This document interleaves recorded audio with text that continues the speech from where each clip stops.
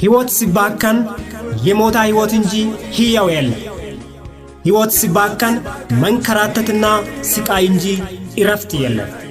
የወንድም ዮናስ ዱባላ የሕይወትና የአገልግሎት ጉዞን መሰረት ያደረገ ያልባከና ሕይወት በሚል መሪ ቃል የተጻፈው መጽሔት በሆሳና እናት ቃለ ሕይወት ቤተክርስቲያን ተመርቆ ለሽያጭ ቀርቧል።